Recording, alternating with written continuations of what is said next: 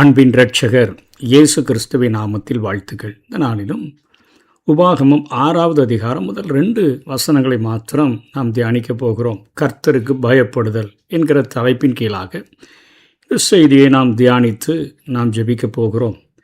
நீ உன் தேவனாகிய கர்த்தருக்கு பயந்து உயிரோடு இருக்கும் நாளெல்லாம் நீயும் உன் குமாரரும் உன் குமாரத்தையும் நான் உனக்கு விதிக்கிற அவருடைய எல்லா கற்பனைகளையும் கட்டளைகளையும் கை கொள்ளுகிறதினாலே உன் வாழ்நாட்கள் நீடித்திருக்கும்படி நீங்கள் சுதந்திரிக்கப் போகிற தேசத்திலே கை கொள்வதற்காக உங்களுக்கு போதிக்க வேண்டும் என்று உங்கள் தேவனாகிய கர்த்தர் கற்பித்த கற்பனைகளும் கட்டளைகளும் நியாயங்களும் இவைகளே என்று மோசே தன்னுடைய கடைசி 120வது வயதிலே இஸ்ரவேல் ஜனங்கள் இன்னும் ஒரு சில நாட்களுக்குள்ளாக அவர்கள் யோர்தானை கடந்து உள்ளே கானான் தேசத்துக்குள்ளே செல்ல போகிறார்கள். தன்னுடைய 2வது உபதேசத்தில் அவர் இந்த வார்த்தையை சொல்லுகிறார், கர்த்தருக்கு பயப்படுதல் என்கிற காரியம். இன்றைக்கு பழைய ஏற்பாட்டில் அடிக்கடி கொடுக்கப்படுகிற ஒரு கட்டளை தேவனுடைய மக்களுக்கு, தேவனுக்கு பயப்படு அல்லது ஆண்டவருக்கு பயப்படு என்று சொல்லி விசுவாசிகள் என்கிற நிலையில் நமக்கு கொடுக்கப்படக்கூடிய கட்டளை தேவனுக்கு பயப்படு என்று சொல்லி. உண்மையாக தேவனுக்கு பயப்படுவோமானால் மாத்திரமே நம்முடைய வாழ்க்கையில் உலகத்தால் வருகின்ற அசாதாரணமான பயங்கள், சாத்தான் கொடுக்கின்ற பயங்கள் ஆகியவற்றின் அடிமைத்தனத்திலிருந்து நாம் விடுவிக்கப்பட்டு வாழ முடியும். ஆகவே தேவனுக்கு பயப்படுகிற ஒரு மனிதனாக ஒருவன் இந்த உலகத்தில் இருப்பான் என்று சொன்னால், இன்றைக்கு சூழ்நிலைகளினால் உண்டாகிற அசாதாரணமான பயங்களுக்கும் சாத்தானால் நமக்கு கொடுக்கப்படுகிற பயங்களுக்கும் நம்ம நீங்களாக்கி அந்த அடிமைத்தனத்திலிருந்து விடுதலை பெற்று நாம் வாழ முடியும். கர்த்தருக்கு பயப்படுதல் அப்படின்னா அப்போ என்ன அப்படின்னா, கர்த்தருக்கு பயப்படு என்னும் எல்லாவற்றையும் உள்ளடக்கிய அந்த பொதுவான கட்டளை விசுவாசி தேவனோடு கொண்டுள்ள உறவின் பல்வேறு அம்சங்களை அது உள்ளடக்கி உள்ளதாக இருக்கிறது. அதாவது தேவனுடைய அன்பை நம்ம நிறையா தியானிக்கிறோம், அவருடைய இரக்கத்தை நம்ம நிறையா தெரிந்து கொள்கிறோம். அதோடு கூட சேர்ந்து அவருடைய பரிசுத்தம், எந்த அளவுக்கு ஆண்டவர் பரிசுத்தத்தை சிநேகிக்கிற ஆண்டவர் என்பதை நாம் புரிந்து கொள்ள வேண்டும். அவர் எந்த அளவுக்கு அவர் நியாயமுள்ள ஒரு ஆண்டவர், நீதி உள்ள ஒரு ஆண்டவர் என்பதை நாம் புரிந்து கொண்டால் மாத்திரமே கர்த்தருக்கு பயப்படுகிறவர்களாக நாம் இருக்க முடியும். அதாவது தேவன் அன்புடையவராக, இரக்கமுடையவராக, 100க்கு 100 பரிசுத்தராக, நியாயத்தையும் நீதியையும் கடைபிடிக்கிற ஒருவராக இருக்கிறார் என்பதை நாம் புரிந்து கொள்ள நாம் கடமைப்பட்டிருக்கிறோம். அப்படி நம்ம புரிந்து கொண்டாதான் கர்த்தருக்கு பயப்படுகிற பயத்துக்கு நம்ம அந்த காரியத்தை கடைபிடிக்கிறவர்களாக இருக்க முடியும். அதாவது அவரை நம்ம அறிந்து கொள்ளுகிறோம், இரக்கமுள்ளவர் என்று அறிந்து கொள்ளுகிறோம், அவர் அன்புள்ளவர் என்று அறிந்து கொள்ளுகிறோம். தேவன் அன்பாகவே இருக்கிறார். அவருடைய கோபம் ஒரு நிமிஷம், அவருடைய தயவோ நீடிய வாழ்வு, அவ்வளவு இரக்கம் பாராட்டுகிற தேவன் என்றெல்லாம் தெரிந்திருக்கிற நம்ம அவர் யார் என்பதை முற்றிலும் புரிந்து கொள்ளுகிற பொழுதுதான் நாம் கர்த்தருக்கு பயப்படுகிற காரியத்தை புரிந்து கொள்ள முடியும். அப்படிப்பட்ட பயம் எப்படி வருதுன்னா, தேவன் பரிசுத்தமானவர், அவருடைய இயல்பான தன்மையே அவர் பாவத்தை நியாயம் தீர்ப்பதற்கு காரணமாயிற்று என்கிற காரியத்தை நாம் புரிந்து கொள்ள வேண்டும், எடுத்துக்கொள்ள வேண்டும் என்று உதாரணமாக ஆதியில் முதலாக உருவாக்கப்பட்ட அந்த மனுஷன் ஆண்டவரோடு கூட அவருடைய அன்பில் பகலின் குளிர்ச்சியான வேளையில் தோட்டத்தில் உலாவுகிற ஆண்டவருடைய சத்தத்தெல்லாம் கேட்டு அவருடைய சாயலின்படி அவருடைய ரூபத்தின்படி உருவாக்கப்பட்ட மனுஷன், அவன் பாவம் செய்த பொழுது ஆண்டவருடைய அன்பை ருசி பார்த்திருந்த அவன், இரக்கத்தை ருசி பார்த்திருந்த அவன், இப்பொழுது ஆண்டவர் நியாயம் செய்கிறவராக, நீதி செய்கிறவராக அவனுக்கு தென்பட்ட போது அவன் அந்த உலகத்தின் பயம் அவனை நெருக்கினதுனால பயந்து அவன் ஒளிந்து கொள்ளுகிறான்.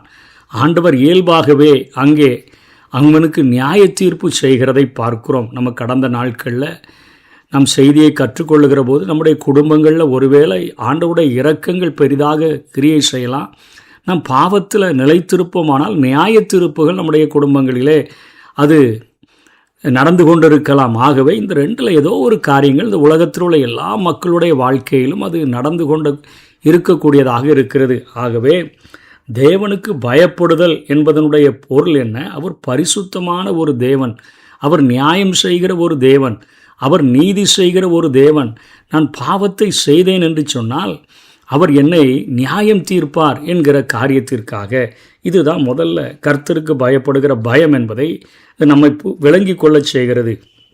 அதுக்கடுத்தால கர்த்தருக்கு பயப்படுதல் என்பது அவருடைய மாபெரும், அவருடைய மகிமை, அதாவது வானங்கள் தேவனுடைய மகிமையை வெளிப்படுத்துகிறது. ஆகாய விரிவு அவருடைய கரத்தின் கிரியைகளை அறிவிக்கிறது. வானங்கள் பார்த்தானா எந்த பிள்ளரும் இல்லாமல் அப்படியே வானம் விரிக்கப்பட்டது போல காணப்படுகிறது. ஆகாய விரிவெல்லாம் நம்ம பார்க்கும் பொழுது அத்தனை ஆச்சரியமாக சூரிய சந்திர நட்சத்திரங்கள் இவைகளை படைத்த ஆண்டவருடைய மகிமை, அவருடைய பரிசுத்தம், அவருடைய ராஜ கம்பீரம். அவர் ஒருவரே, அவர் இந்த பூமியை உண்டாக்கின போதோ, சர்வ சேனைகளை சிருஷ்டித்த போதோ அவருக்கு ஆலோசனை சொல்கிறதற்கெல்லாம் யாரும் இல்லை.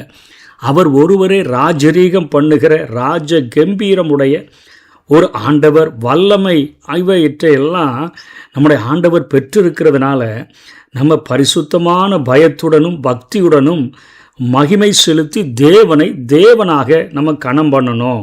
ஆண்டவரை தேவனாக நாம் கனம் பண்ணுகிறதற்கு நாம் அழைக்கப்பட்டிருக்கிறோம். ஆகவே அந்த இரண்டாவது காரியம், அவருடைய வல்லமையை நினைக்கும் போது, அவருடைய பரிசுத்தத்தை நினைக்கும் பொழுது, அவருடைய ராஜ கம்பீரத்தை நினைக்கும் பொழுது, அவருடைய மகிமையை நினைக்கும் போது நம்ம தேவனை தேவனாக அது கனம் பண்ண வைக்கிறது. இது கர்த்தருக்கு பயப்படுகிற பயம்தான். இதை புரிந்து கொள்கிறதற்கு சீனாய் மலையில் தேவன் தம்மை வெளிப்படுத்துகிற பொழுது ஆண்டவர் அருமையாக பேசியிருக்கலாம், சத்தம் இனிமையாக பேசியிருக்கலாம். ஆனால் உண்டான இடிமுழக்கம், மின்னல், மலையின் மேல் எழும்பிய அடர்த்தியான மேகம், ஒரு பெரிய எக்கால சத்தம், இவைகளெல்லாம் கண்ட உடனே இஸ்ரவேலர்களெல்லாம் மிகவும் பயந்து நடுங்குகிறார்கள். யாத்திராகமம் 19:16 இதை பார்க்க முடியும். அப்பொழுது அவங்க மோசேட்ட சொல்கிறாங்க, நீர் எங்களுடன் பேசும், தேவன் பேச வேண்டாம் என்று மோசேயினிடம் அவர்கள் மன்றாடுறாங்க. எல்லாவற்றையும் படைத்தவர் என்று சிந்திக்கிற பொழுது பூமியெல்லாம் கர்த்தருக்கு பயப்படுவதாக, உலகத்தில் உள்ள குடிகளெல்லாம் அவருக்கு அஞ்சி இருப்பதாக அவர் சொல்ல ஆகும், அவர் கட்டளையிட நிற்கும் என்று சங்கீதக்காரன் தங்களுடைய சங்கீதத்தில் 33வது வசனம் 8-9 வெளிப்படையாக சொல்லுகிறான். அதாவது அவருக்கு பயப்படுகிற பயம், அவருடைய மகிமையை புரிந்து கொண்டால் தானாக வந்துடும், அவருடைய வல்லமையை புரிந்து கொண்டால் தானாக வந்துடும், பரிசுத்தத்தை புரிந்து கொண்டால் தானாக வந்துடும். சாதாரணமாக அந்த ஜனங்களோடு கூட பேசும்போது எல்லாரும் அந்த சத்தத்தை கேட்கறது, இடிமுழக்கம், மின்னல், மலையின் மேல் எழும்பின ஒரு அடர்த்தியான மேகம், பெரிய எக்கால சத்தம், இதெல்லாம் கேட்டோன்னே மிகவும் பயந்து நடுங்கி போய், மோசே நீங்கள் எங்ககிட்ட பேசுங்க, ஆண்டவர் வேண்டாம் என்று பேச வேண்டாம் என்று சொல்லுகிறதை பார்க்கிறோம். இது கர்த்தருக்கு பயப்படுகிற ஒரு பயத்தை நமக்கு குறிக்கிறது. அதே போல் உண்மையாக கர்த்தருக்கு பயப்படுகிற பயம், விசுவாசிகள் தங்கள் முழு நம்பிக்கையையும் அவர் மேலேயே வைத்து விடுகிறது, அவரை முற்றிலும் சார்ந்து விடுகிற ஒரு காரியம். கர்த்தருக்கு பயப்படுகிற பயம்னா அவருடைய நியாயத்தை புரிந்து கொள்ளணும், நீதியை புரிந்து கொள்ளணும். பாவம் செஞ்சிட்டோன்னா இயற்கையாகவே அவர் நம்மை நியாயம் தீர்த்துருவார் என்கிற காரியம். எவ்வளவு நேசமுடையவர்களாக இருந்தாலும் தாவீது இருதயத்துக்கு பிரியமானவனாக இருந்த போதிலும் அவனுடைய குடும்பத்தில் யோவாப் யுத்தத்தை நடத்தின பொழுது 2.5 வருடங்கள் ஆண்டவர் அந்த யுத்தத்துக்கு முடிவெழுதலை. அங்கே தாவீதுக்கும் அங்கே இருதயத்தில் ஒரு நிம்மதியில் நாத்தான் வந்து பேசின பொழுது அவன் அங்கே தன்னுடைய பாவங்களையெல்லாம் அறிக்கையிட்டு அதற்கு பின்பு தான் அங்கே யோவாப் வெற்றி பெறுகிறான். பாவம் மன்னிக்கப்பட்ட பின்பு வெற்றி பெறுகிறான். ஆண்டவர் அங்கே தீர்ப்பு எழுதுகிறார். ஆகவே ஆண்டவருக்கு பயப்படுகிறதற்கு நம்ம நியாயம் நீதி உடையவர் என்பதை புரிந்து கொள்ளுகிற அந்த ஒரு பயம் இருக்குதே, அது தேவனுக்கு பயப்படுகிற பயம். அதே போல் மகிமை உடையவர், மகத்துவமானவர், ராஜகம்பீரம், ஆளுகை உடையவர், அவர் ஒருவரை எல்லாவற்றையும் உண்டாக்கினவர், அவர் பேசினாலே இடிமுழக்கம், மின்னல், அதே போல் அடர்த்தியான மேகம், எக்கால சத்தம்லாம் கேட்குது அப்படின்னு நினைக்கும்பொழுது நமக்குள்ளே உண்டாகுதே, அது கர்த்தருக்கு பயப்படுகிற பயம்.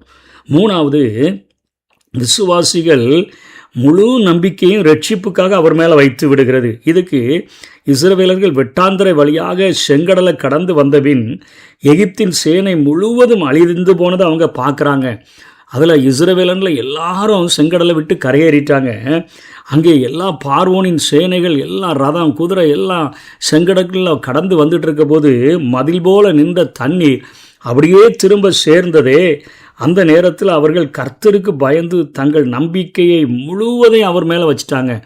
நம்ம ஜனங்களில் ஒருத்தரை கூட ஆண்டவர் அழிக்கலையே, அவங்க முழுவதும் அழிந்து போனார்களே என்று சொல்லி சங்கீதக்காரனும் கர்த்தருக்கு பயப்படுகிற பயம் அனைவரிடமும் இருக்கணும். கர்த்தருக்கு பயப்படுகிறவர்களே கர்த்தரை நம்புங்கள், அவரே அவர்களுக்கு துணையும் அவர்களுக்கு கேடகமுமாயிருக்கிறார்.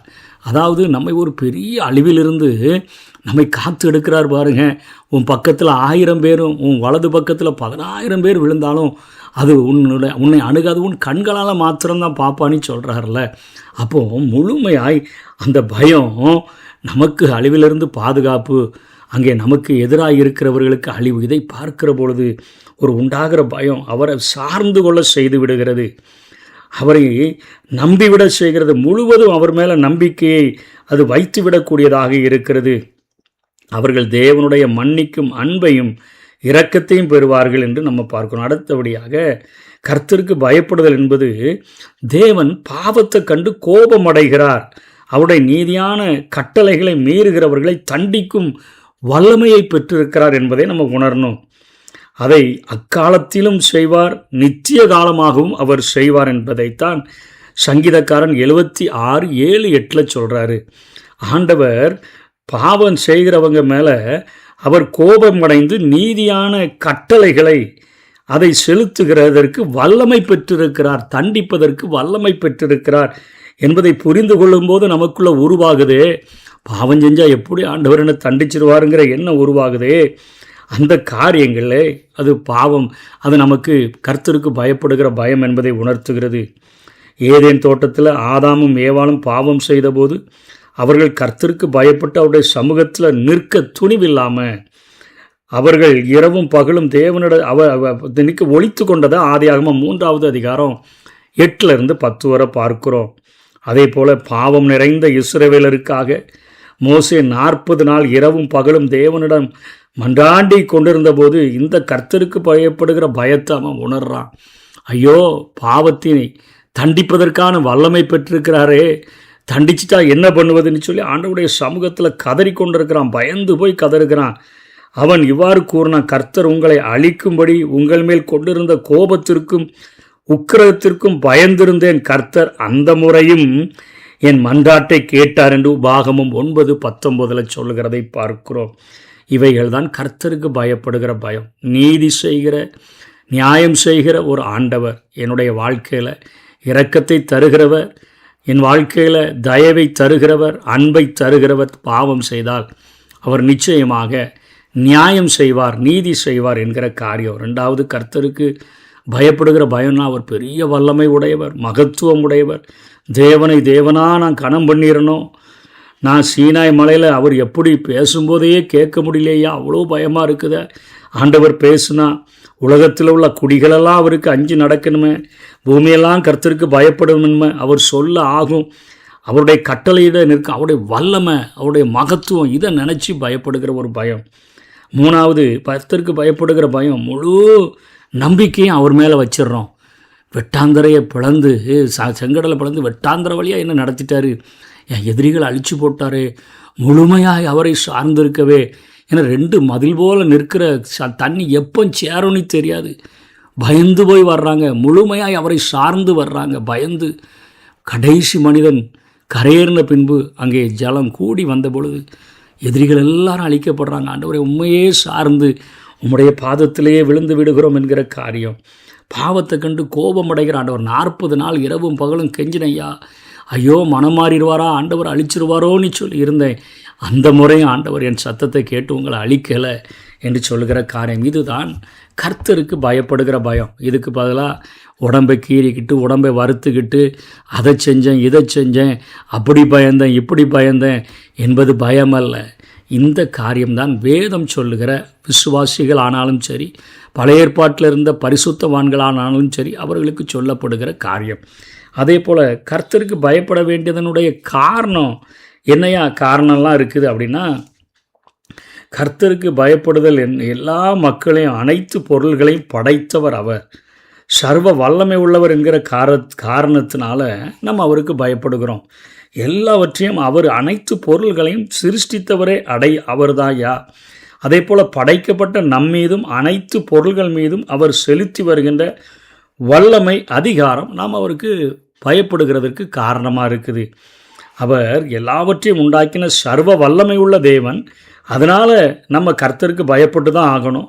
அதே போல் படைக்கப்பட்ட நம்மீதும் அனைத்து பொருள்களின் மீதும் செலுத்தி வருகிற அவருடைய வல்லமை அதிகாரத்தை பார்த்து அவருக்கு நம்ம கீழ்ப்படிஞ்சு தான் ஆகணும். யாத்திராகமம் 20வது அதிகாரம் 18-20 வரை, பிரசங்கி 3:14 இவைகளெல்லாம் நம்ம பார்க்க முடியும். அதே போல் நம்முடைய பரிசுத்தத்தை நம்ம உணரும் பொழுது நாம் தேவனுடைய பரிசுத்தத்தை உணர்ற போது பாவத்துக்கு விரோதமாக எப்போதும் எதிர்த்து நின்று அதை விட்டு முற்றிலும் அது பிரிந்து இருக்கக்கூடிய ஆண்டவரை விட்டு அது தடுத்து நிறுத்துகிறது.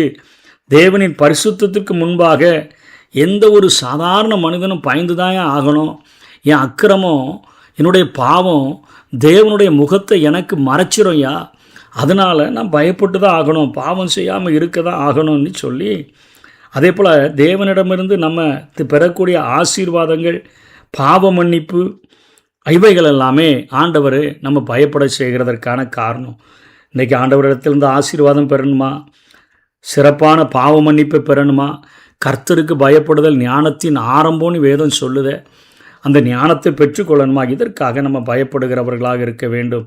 தேவன் ஒரு நீதி உள்ள நியாயாதிபதி, மனித இனம் முழுவதையும் அவர் நியாயம் தீர்க்கிறார் என்கிற காரியத்தை வேதம் நமக்கு உணர்த்தக்கூடியதாக இருக்கிறது. உபாகமம் 7வது அதிகாரம் 12-13, ஏசாயா 59, 18, 19, மல்கியா 3:5. நம்முடைய கிரியைகள் நன்மையாயிருந்தாலும் தீமையாயிருந்தாலும் தேவன் எப்பொழுதும் கவனித்து கொண்டே இருக்கிறார். நம்முடைய செயல்களை மதிப்பீடு செய்து கொண்டே இருக்கிறார். அவர் இப்பொழுதும் இனிவரும் நியாய தீர்ப்பு நாளிலும் நம்முடைய கிரியைகளுக்கு அவர் நிச்சயமாக பதிலளிக்கக்கூடியவராக இருக்கிறார். நாம் செய்கிற ஒவ்வொரு கிரியைகளுக்கும் அவருக்கு நம்ம பதில் கொடுத்து தான் ஆகணும். ஆகவே நம்ம கர்த்தருக்கு பயப்படுகிற பயத்தில் நிச்சயமாக வாழ்ந்து தான் ஆகணும் அப்படின்னு சொல்லி வேதம் சொல்லுது. ஆகவே தாவீதாக இருக்கட்டும், அவன் தன்னுடைய வாழ்க்கையில் ஆண்டவருக்கு பயப்படுகிற பயத்தின் அவசியத்தை அவன் எழுதி வைத்திருக்கிறான், சங்கீதங்களில் எழுதி வைத்திருக்கிறான். ஞானியாகிய சாலமோன் நீதிமொழிகள் 16:6, 8:13 மற்றும் பிரசங்கி புத்தகத்திலையும் அவர் எழுதி வைத்திருக்கிறார்.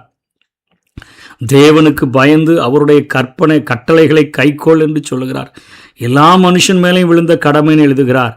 ஒருவன் தன் வாழ்வில் எப்பொழுதும் திருப்தியுடன் தன் அக்கிரமங்களிலே நிலைத்திருந்தால் அவன் அப்படி செய்வதன் காரணம் அவனிடத்தில் கர்த்தருக்கு பயப்படுற பயம் இல்லைன்னு சங்கீதக்காரன் 36வது சங்கீதம் 1-4 வரை சொல்கிறான். ஆகவே ஆண்டவருடைய பிள்ளைகள் கர்த்தருக்கு பயப்படுகிற பயத்தில் வாழணும். சாலமோன் ஞானி கர்த்தருக்கு பயப்படுகிறதே ஞானத்தின் ஆரம்பம் என்று சொல்கிறார். சங்கீதக்காரனாகிய தாவீதும் அநேக இடங்களில் ஆண்டவருக்கு பயப்படுகிற பயத்தை எழுதுகிறார். தேவனுடைய வார்த்தையினுடைய அந்த சத்தியத்தில் பரிசுத்தம் இருக்கிறது போல கர்த்தருக்கு பயப்படுகிற பயத்திலையும் பரிசுத்தம் இருக்குது. அது நம்மை பாவத்தை வெறுக்கவும் தீமையை விட்டு விலகவும் அது நம்மை செய்யக்கூடியதாக இருக்கிறதை நம்ம பார்க்கிறோம். ஆகவே தேவனுடைய மக்கள் ஆண்டவருக்கு பயந்து ஆண்டவரை நேசித்து நியாய தீர்ப்பு செய்கிற ஆண்டவர் என்பதை புரிந்து கொண்டு நம்முடைய வாழ்விலே தொடர்ச்சியான ஆசீர்வாதங்களையும் தொடர்ச்சியான பராமரிப்பையும் பாதுகாப்பையும் நம்முடைய தனிப்பட்ட வாழ்க்கையிலும் குடும்ப வாழ்க்கையிலும் பெற்றுக்கொள்ளுகிறதற்கு கர்த்தருக்கு பயந்து நடக்கிற காரியம் நமக்கு இன்றியமையாததாக காணப்படுகிறது. உயிரோடு இருக்கும் நாளெல்லாம் நீயும் உன் குமாரனும் உன் குமாரத்தையும் நான் விதிக்கிற அவருடைய எல்லா கற்பனைகளையும் கட்டளைகளையும் கைக்கொள்ளுகிறதுனாலே உன் வாழ்நாள் நீடித்திருக்கும்படி நீங்கள் சுதந்திரிக்கப் போகிற தேசத்திலே கைக்கொள்வதற்காக உங்களுக்கு போதிக்க வேண்டும் என்று உங்கள் தேவனாகிய கர்த்தர் கற்பித்த கற்பனைகளும் கட்டளைகளும் நியாயங்களும் இவைகளை கடைபிடித்து வாழுவோம். கர்த்தருக்கு பயந்து ஜீவிப்போம். கர்த்தர் தாமே நம்மை ஆசீர்வதிப்பாராக. ஆமென்.